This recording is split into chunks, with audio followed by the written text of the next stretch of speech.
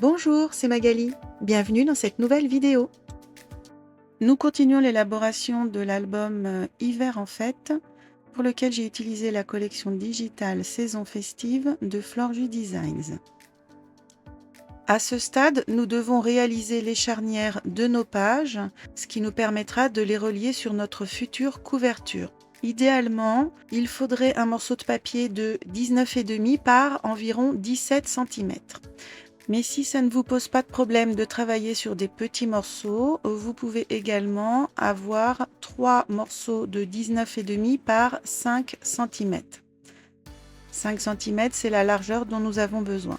Sur ces 5 cm, nous réalisons 2 plis. Un premier à 1,5 et le second à 3,5.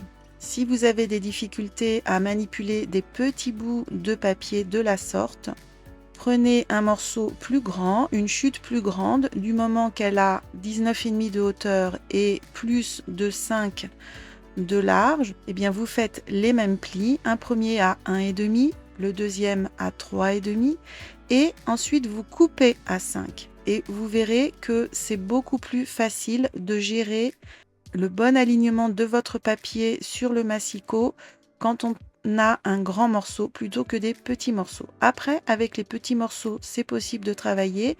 Souvent, il faut assurer le bon alignement en les collant avec du masking tape sur le massicot.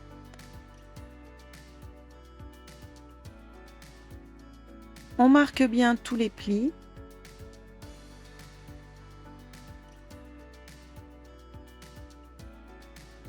Et on biseaute légèrement les coins des pattes de collage, uniquement des pattes de collage. Sur le milieu, en fait, vous avez ce qu'on appelle un gousset et il fait 2 cm. C'est ce qui nous permettra de donner de l'amplitude dans le mouvement des pages. Vu qu'on va avoir de l'épaisseur dans l'album, si on n'avait pas ce gousset, avec le volume de nos pages, on ne pourrait pas compulser l'album à plat. Nos pages seraient obliques, elles seraient redressées en fait, et ce serait vraiment pas pratique. Surtout qu'il y a des manipulations, des volets à ouvrir, des rabats et des pop-up. On prend une première page, n'importe laquelle. À ce stade, il n'y a pas d'ordre. Il se trouve que moi, j'ai pris la première page qu'il y aura dans l'album. Et sur le dos, au niveau du pli de la page, on vient coller une des pattes de collage d'une charnière. On se met bien bord à bord sur la tranche droite de notre page et on fait attention au sens dans lequel on plie notre charnière. Quand la charnière est déployée, elle se déploie totalement vers la droite. Quand on va la coller, vu qu'on plie sa patte de collage, on retrouve toute la charnière écrasée sur la page vers la gauche. On prend le temps de faire ces vérifications et quand tout est bon, on peut coller.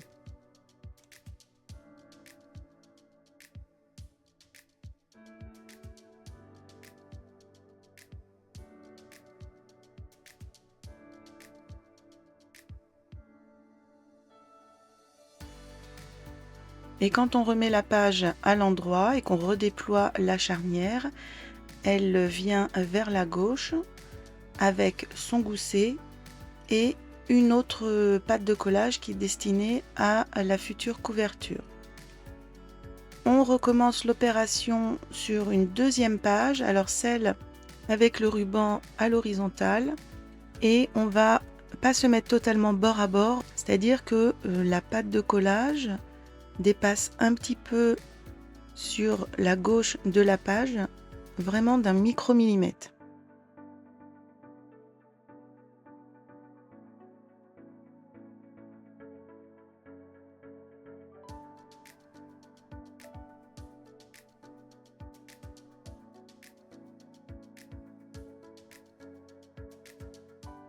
Alors on n'hésite pas à se mettre bien à plat pour bien maroufler et essuyer l'excédent de colle. Dans la foulée, on dessine l'encadré sur cette page. Maintenant que la pâte de collage est collée, on peut le faire. Vous voyez, si je l'avais fait un petit peu trop en avance, eh bien, la partie où on est venu mettre la pâte de collage aurait été recouverte. Il aurait fallu recommencer l'encadrer. On prend notre troisième et dernière page. On vide bien toutes les pochettes pour ne pas être gêné par le volume et on vient installer notre charnière comme précédemment. Alors là, pour le coup, cette fois-ci, on va vraiment laisser 1 mm de battement. Du coup, on encolle la pâte de collage avec un petit décalage. Inutile de mettre la colle jusqu'au bord. En fait, ça va être pour ne pas gêner l'articulation, étant donné que cette page a une pochette qui va prendre un petit peu de volume. Si on vient trop près du bord de la charnière, il va y avoir un très léger petit blocage, un léger frottement. Et à la longue, ça peut finir par abîmer, corner les rabats de la page. Comme d'habitude, on maroufle, on essuie l'excédent de colle.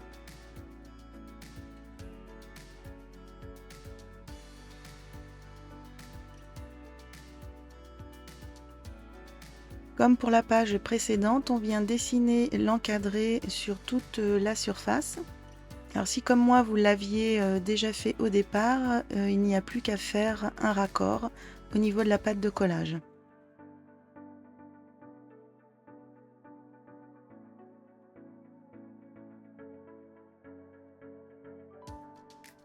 Et on reprend notre première page pour y installer un système de fermeture. Je vais en profiter pour mettre un petit mot de la collection de Aude. Vous pouvez très bien laisser cette languette vierge. Et nous allons également utiliser des aimants. La taille de votre languette va dépendre de ce que vous décidez de faire comme décor. Moi, je fais en fonction de mon étiquette.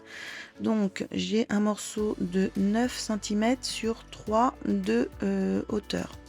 On met la languette en place, telle qu'on souhaiterait qu'elle vienne sur le devant de la page, et avec un crayon à papier, on reporte le bord de la page. Pour ma part, il y a 6,5. On fait un premier pli au niveau de cette marque, puis un deuxième 0,5 cm plus loin, donc pour ma part à 7 cm. Cela va permettre de faire un petit gousset pour l'épaisseur de notre page puisqu'il y a un pop-up à l'intérieur. Puis on coupe notre papier 2 cm encore plus loin que ce deuxième pli pour faire une pâte de collage. On marque nos plis. On colle un aimant sur le dessus de notre languette, plutôt vers la gauche. Je vous mettrai la référence des aimants que j'utilise, ils sont puissants et très petits. Et on vient recouvrir l'aimant de notre décor. Pour moi, une étiquette, pour vous, peut-être un die cut. Et là, on insiste bien sur le marouflage. Alors, on essaye de ne pas trop contourner l'aimant, pas trop appuyer du moins, pour ne pas le faire ressortir. On met en place la languette sur la page et quand on est décidé de l'emplacement, on encolle l'arrière de la petite pâte de collage pour la fixer sur l'arrière de notre double page. Au dos de notre système de fermeture, on applique un petit morceau de scotch le collant vers nous au niveau de l'aimant. On pose l'aimant jumeau dessus et on vient transférer cet aimant sur notre page en appuyant bien. On pense bien à réappuyer sur notre aimant pour qu'il soit bien ancré sur la page.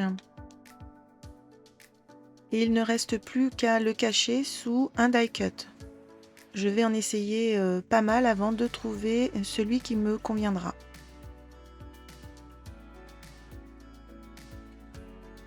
Et voici le résultat.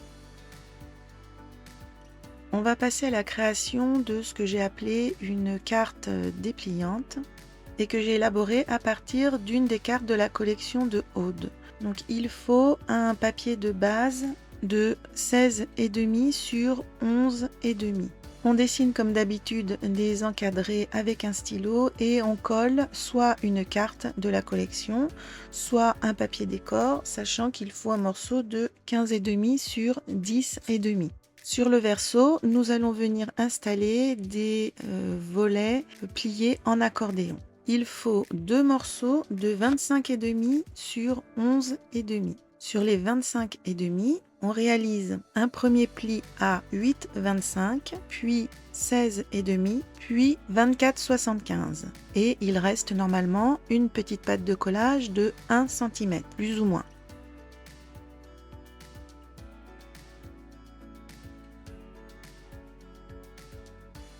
On marque bien les plis de nos 2 morceaux et on les plie façon accordéon, c'est-à-dire un coup dans un sens, un coup dans l'autre.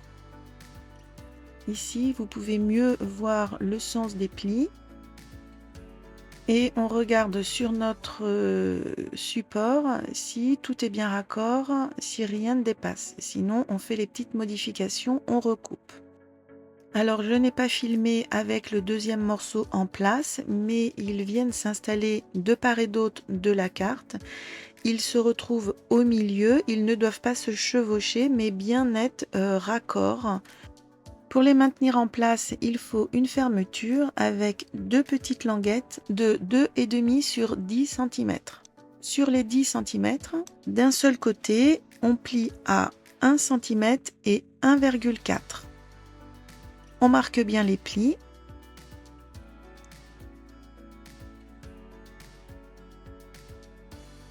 Et sur les 2,5 cm des languettes, on fait une petite marque au milieu, au niveau du gousset. Donc pour que ce soit plus simple, on rabat la pâte de collage sous la languette de façon à avoir en visuel le gousset. On marque également le milieu de notre carte sur les côtés de 11,5 cm.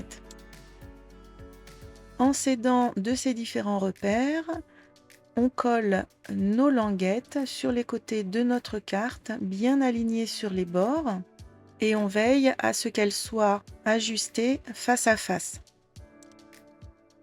On fait également attention de n'en coller que la pâte de collage. On ne touche pas au tout petit gousset.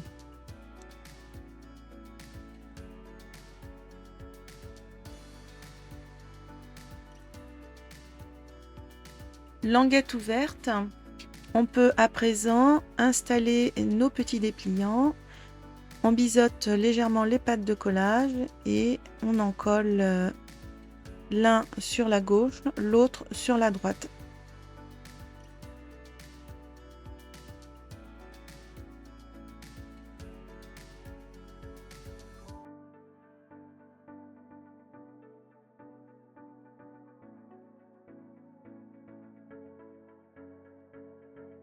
On dessine tous les encadrés sur chacune des faces. À ce stade, j'ai laissé les languettes libres, mais par la suite, je vais les faire également. Et on peut installer des papiers décor. Pour ma part, j'ai choisi de couvrir les 2 dépliants sur le devant. Ce sont des morceaux de 7,5 sur 10,5. J'en ai également mis 2 autres à l'intérieur des dépliants. Vous voyez, on peut mettre une photo 6 par 9 si vraiment on le souhaite par la suite. On peut même faire un matage. Le papier décor n'empêchera pas de le faire. Mais visuellement, dans la présentation, je trouve que c'est plus joli de les mettre comme ça. Et dans le fond, on peut mettre une photo 10 par 15. C'est un dépliant que l'on peut poser sur une table, un buffet. Il est prévu de rajouter au niveau de la fermeture un die aimanté. Et on pourra maintenir les languettes sur l'arrière, elles ne bâilleront pas comme là actuellement, elles ne gêneront plus. Pour l'instant, on les ramène donc sur l'avant pour choisir l'élément de décor que l'on va mettre en place. Pour ma part, j'ai choisi 2 étiquettes rondes de la collection car elles vont se mettre dos à dos, de façon à ce qu'à l'arrière, ça reste joli. Et également pour cacher l'un des 2 aimants. On va coller l'étiquette sur la languette de droite. On la met en place telle qu'on aimerait qu'elle soit. On retourne la languette et on vient reporter le tracé de la languette sur l'étiquette. Ainsi, on aura pile poil l'emplacement qu'il faut en coller.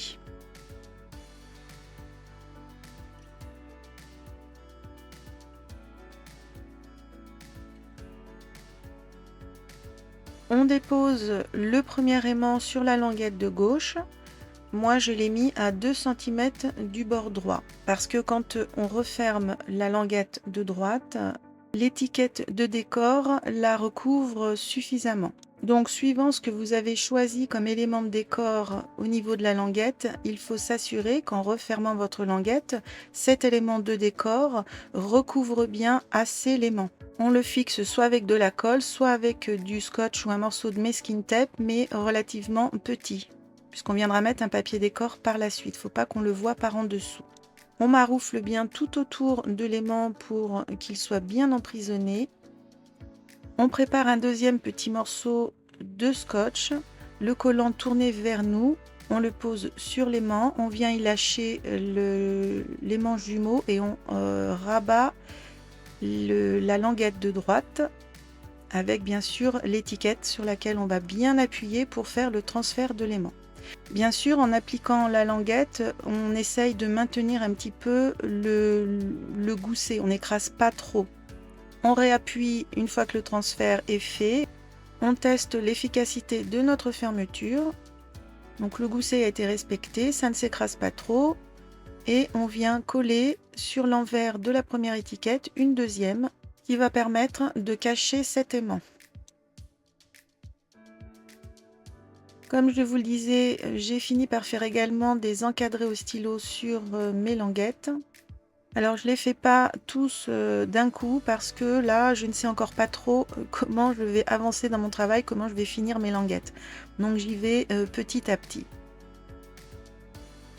Pour recouvrir le deuxième aimant, j'ai choisi de remettre un morceau de papier Clairefontaine noir. Je trouve que ça ressort vraiment bien une fois que la pochette est fermée. On dessine l'encadré au stylo sur ce côté de languette. On reprend la mesure à l'intérieur de cet encadré et on adapte le petit morceau de papier aux bonnes dimensions.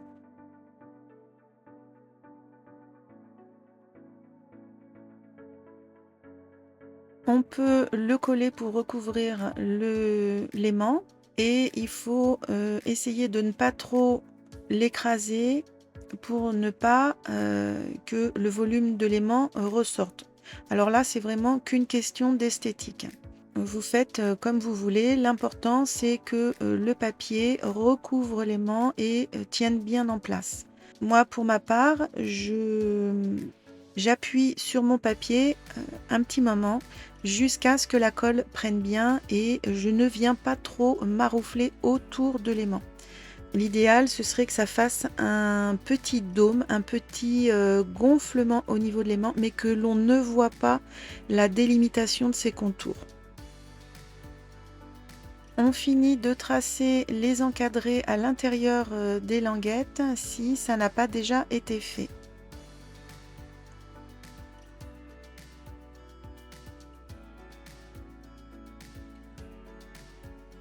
On va pouvoir passer à la réalisation de la pochette dans laquelle viendra se loger ce dépliant.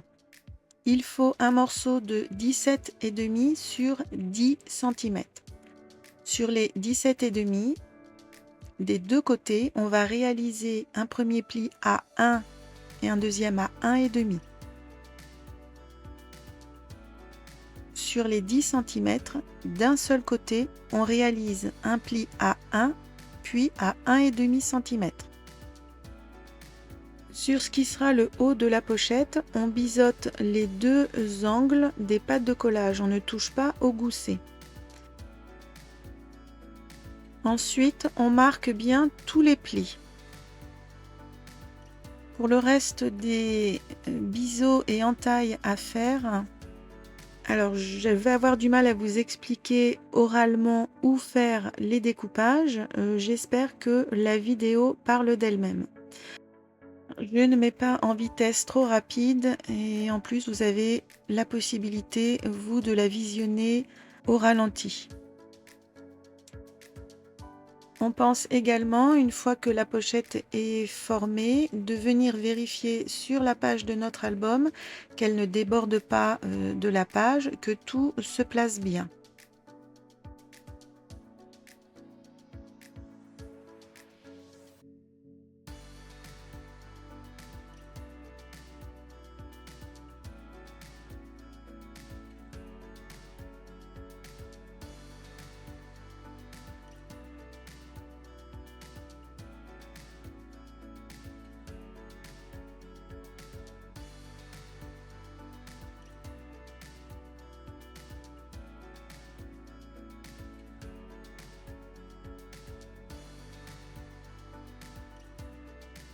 On dessine les encadrés au stylo sur le devant de la pochette et on choisit un papier décor pour le verso de la page et pour la pochette. Alors il se trouve que moi je vais garder le même papier, comme ça il y aura une continuité. Il y aura une partie qui ira sur la pochette et l'autre partie sur le haut de la page.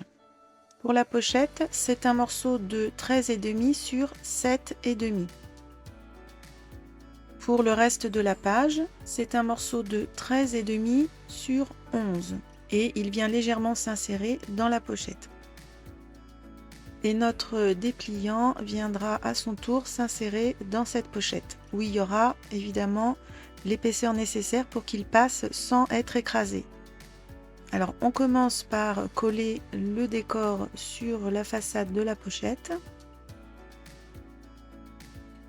Et on colle le décor sur le haut de notre page. Autour de la pochette, que l'on vient coller bien raccord sur le bas de la page, on utilise sa pâte de collage du bas uniquement pour l'instant et on fait attention de ne pas toucher au gousset. On s'aligne également sur les deux côtés de la page.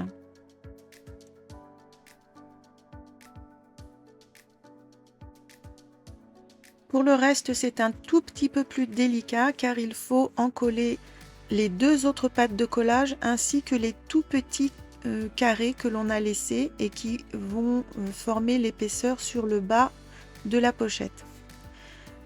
C'est pas que c'est difficile, mais c'est l'accès qui est difficile. Une fois que la pochette va être rabattue sur la page, ça va être un petit peu difficile d'atteindre le fond de la pochette pour venir appliquer une pression.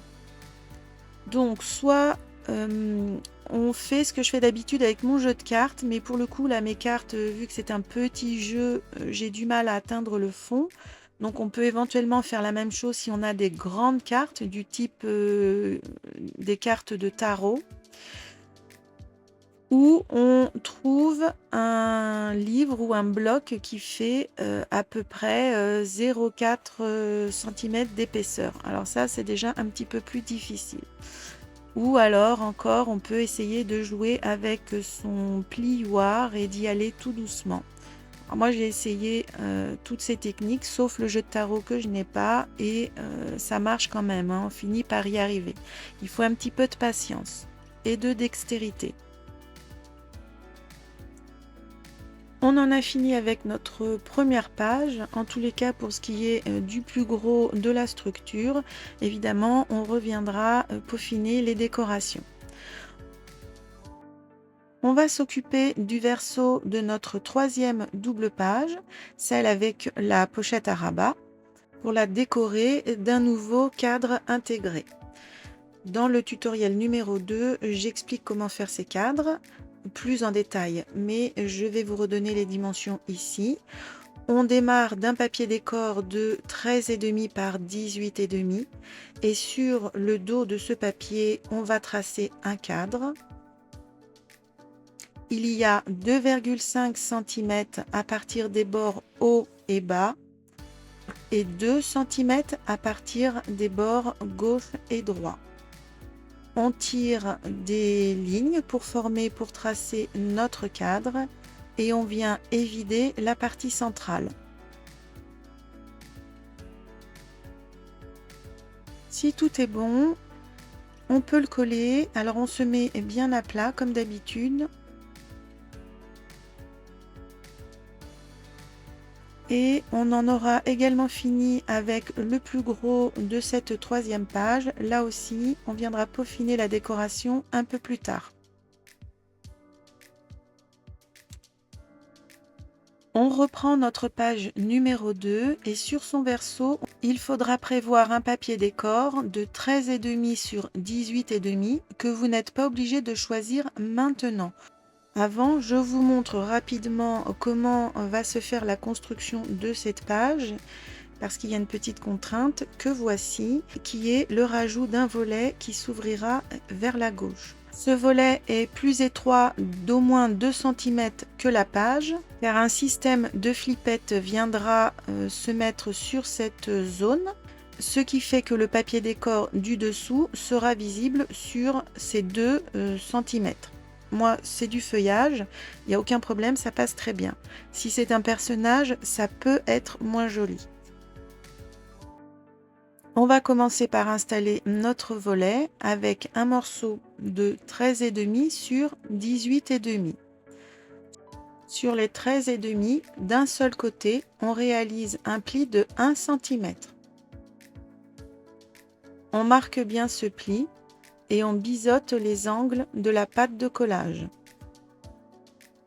On reprend notre double page, on se met bien à plat en ouvrant le volet du dessous et on colle notre volet bien bord à bord sur la gauche de la page et on fait attention d'être bien aligné en haut en bas.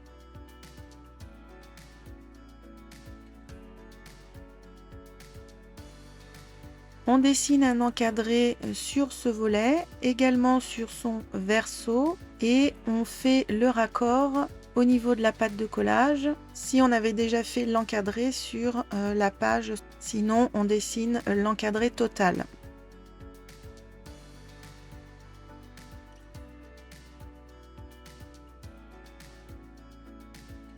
On regarde ce que cela donne avec son papier décor sur la page. Maintenant que vous savez comment ça va s'articuler, vous pouvez le choisir. Et on choisit un papier décor sur le dessus du volet, sachant qu'il y aura une fente à environ 7 cm du haut de la page. Et qu'il faut un morceau de 13,5 sur 19,5, car on va réaliser une semi-pochette, on va dire, directement dans le papier décor. Sur les 13,5, on réalise des deux côtés un pli de 1 cm.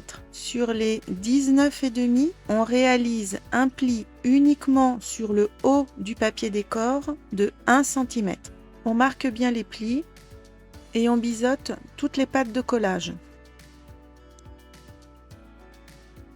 On vérifie que le papier se met bien en place. Et on va faire une fente plutôt sur le haut pour pouvoir insérer des tags de la collection sans trop cacher de design. Sur le devant du papier, on repère un petit peu à quelle hauteur on peut faire la fente. Pour ma part, ce sera à 11,5 cm en partant du bas. Ça me permettra de ne pas entailler mon motif de bonhomme de neige.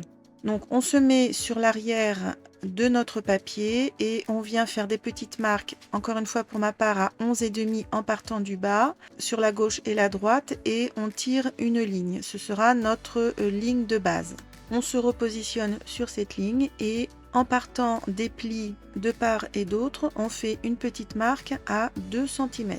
Ce sera la longueur de notre fente. On va découper très légèrement au-dessus de cette ligne et très légèrement en dessous, en s'arrêtant à chaque fois à nos petites marques à 2 cm.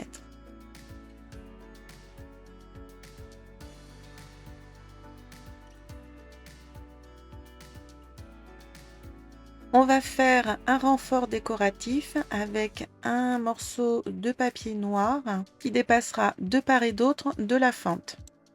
Dans une chute de papier, on découpe un morceau de 9,5 sur 2 cm.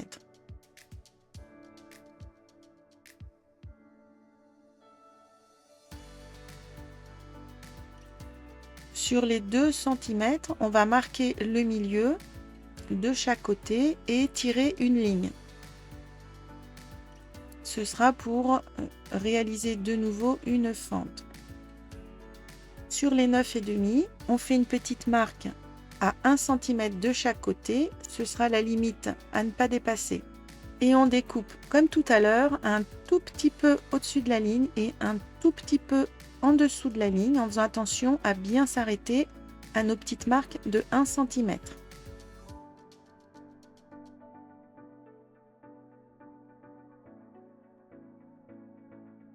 On vérifie que tout se place bien sur la fente de la pochette. On peut laisser tel quel ou arrondir les angles ou encore faire une forme particulière suivant les perfos que vous avez. Moi, je souhaite en utiliser une nouvelle, donc je teste préalablement sur une chute de papier pour voir si ça me convient.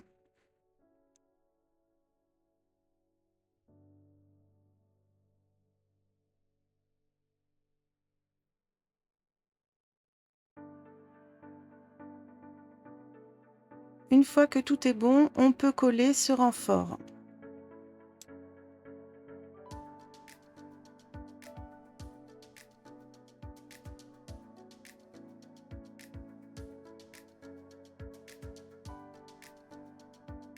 On peut également coller la pochette sur notre volet.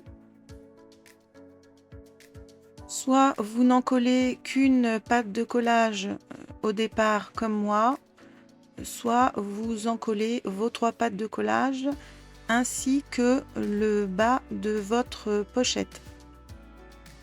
Vous appliquez uniquement un filet de colle comme s'il y avait une pâte de collage.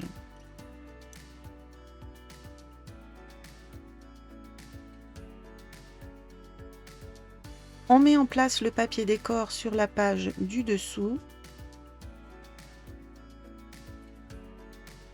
Et on va installer 2 flippettes, l'une sur le haut, l'autre plutôt sur le bas. Donc on vient les déposer. Il faut que la petite pointe de la flippette passe sur le volet du dessus.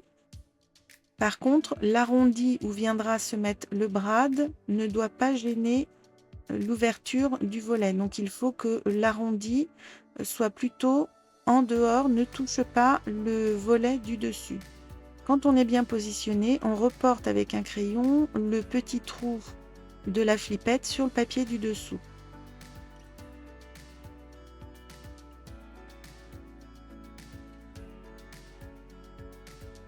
On perfore d'une pointe notre papier au niveau de nos marques. On insère le brad dans le trou de la flippette, puis dans le trou de notre papier. On écarte les pattes du brad à l'arrière du papier.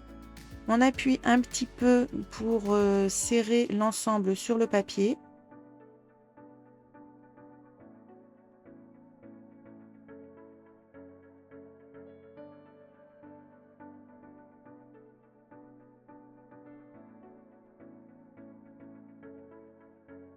On teste voir si ça se passe bien. Alors moi, la flippette du haut, vous voyez,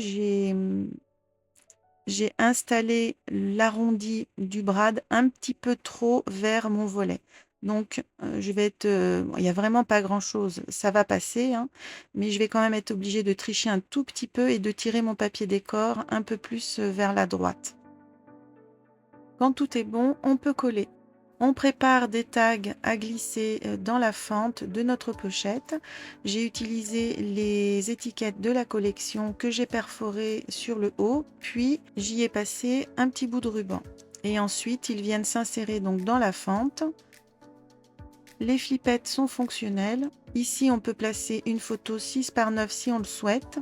Et on va s'occuper de la décoration du volet sur cette partie. Ça va être très simple, on colle un papier décor de 11,5 sur 18,5 et sur le haut et le bas, on colle partiellement 2 étiquettes de façon à laisser se glisser sous elles un emplacement photo. Ce dernier fait 9,5 sur 13,5 et les contours ont été dessinés avec un stylo recto verso.